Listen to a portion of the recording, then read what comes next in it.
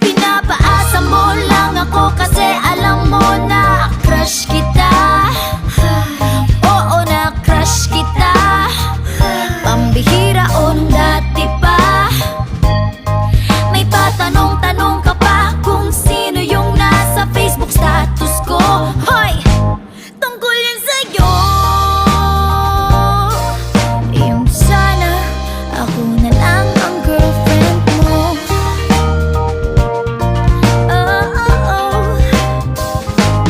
Parang gusto ko nang sabihin ang feelings ko na tinatago sa'yo.